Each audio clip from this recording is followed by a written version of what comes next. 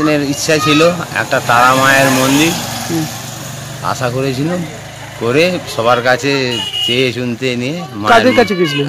পাড়ায় গেছিলাম, আরও লোকের কাছে সবই বলেছি, কেউ 1 বস্তা সিমেন্ট, কেউ কিছু দিয়েছে, দিয়ে আস্তে আস্তে মায়ের মন্দিরটা তৈরি করেছি।